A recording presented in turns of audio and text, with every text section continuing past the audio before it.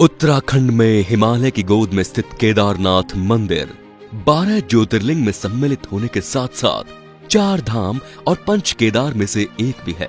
यहाँ के मुश्किल मौसम की वजह से ये मंदिर अप्रैल से नवंबर महीने के बीच ही खुलता है। कत्यूरी शैली से बने पत्थरों के इस मंदिर के बारे में कहा जाता है कि इसका निर्माण पांडव वंश के राजा जन्मोजय ने करवाया था। यहाँ स्थित शिवलिंग अति प्राचीन है। कहा जाता है कि 8वीं शताब्दी में आदि शंकराचार्य ने इसका जीर्णोद्धार करवाया था। जून 2013 के दौरान भारत, उत्तराखंड और हिमालय में अचानक आई बाढ़ और भूस्खलन में केदारनाथ सबसे प्रभावित रहा। इस ऐतिहासिक मंदिर का मुख्य हिस्सा और सदियों पुराना गुंबद, लेकिन मंदिर का प्रवेश द्वार और उसके आसपास का पूरा हिस्सा तबाह हो गया। केदारनाथ मंदिर समुद्र तल से 11,755 फीट की ऊंचाई पर स्थित है।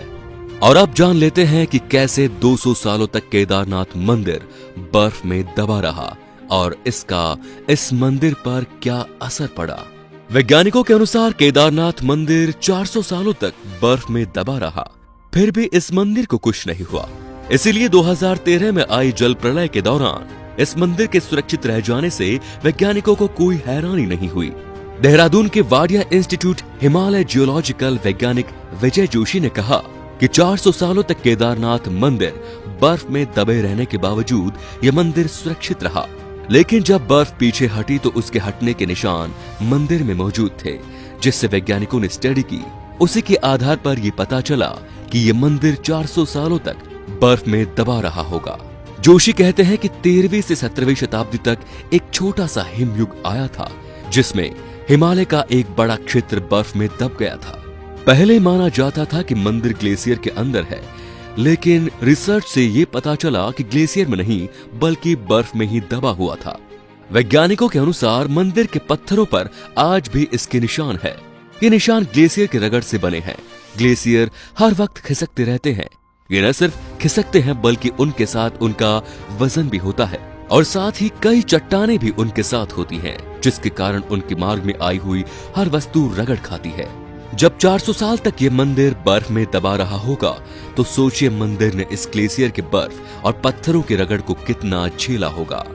वैज्ञानिकों के अनुसार मंदिर के अंदर भी इसके निशान दिखाई देते हैं।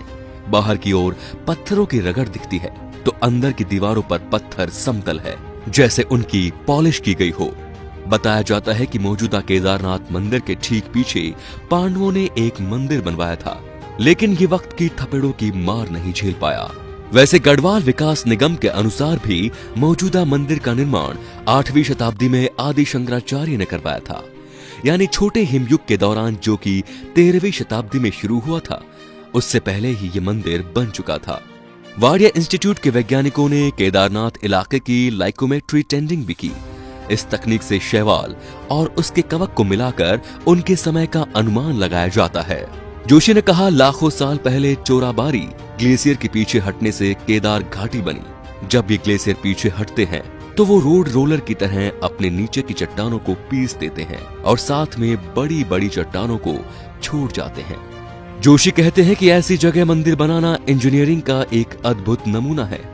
उन्होंने एक ऐसी जगह और एक ऐसा सेफ मंदिर बनाया कि आज तक उससे कुछ नुकसान नहीं हुआ। वैज्ञानिक डॉक्टर आर.के. डोवाल भी इस बात को मानते हैं कि यह मंदिर बहुत ही मजबूती से बनाया गया है। केदारनाथ मंदिर 85 फीट ऊंचा, 187 लंबा और 80 फीट चौड़ा है। इसकी दीवारें 12 फीट मोटी हैं और बेहद मजबूत पत्थरों से बनाई गई हैं। मंदिर को 6 फीट ऊंचे चबूतरे पर बनाया गया है। ये भी एक हैरान करने वाली बात है कि इतने भारी भरकम पत्थरों को इतनी ऊंचाई पर लाकर और तराशकर कैसे एक मंदिर की शक्ल दी गई होगी। जानकारों के मुताबिक पत्थरों को एक दूसरे से जोड़ने के लिए इंद्रलोकी तकनीक का इस्तेमाल किया गया था, इसीलिए ये मंदिर भूकंप रोधी इमारत में तब्दील हो गया। ये मजबूती और तकनीक ही मंदिर को नदी के बीचों बीच खड़ा रखने में कामयाब हुई। तो दोस्तों, ये भोलेनाथ का चमत्कार ही है कि आज भी ये मंदिर ज्यों का त्यों खड़ा है और इसको कुछ असर नहीं हुआ। तो कमेंट में बाबा केदारनाथ जरूर लिखें और वीडियो को शेयर करके बाबा केदारनाथ की महिमा को चारों तरफ जरूर फैलाएं। धन्यवाद।